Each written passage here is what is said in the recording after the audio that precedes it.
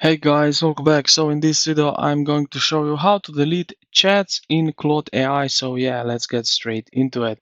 So what we are going to do is open the browser and you need to log in into your Claude AI. Then find the conversation title in the left sidebar. You go here if you have hidden. So you will click here on open sidebar and then recent, click on that. And now you have here all the conversation. So yeah, what we can do now, we can click here on this title.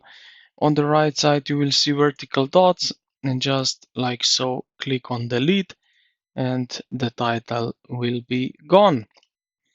Now you can also delete multiple chats. So what you need to do is open the left as we did. Then click on chats.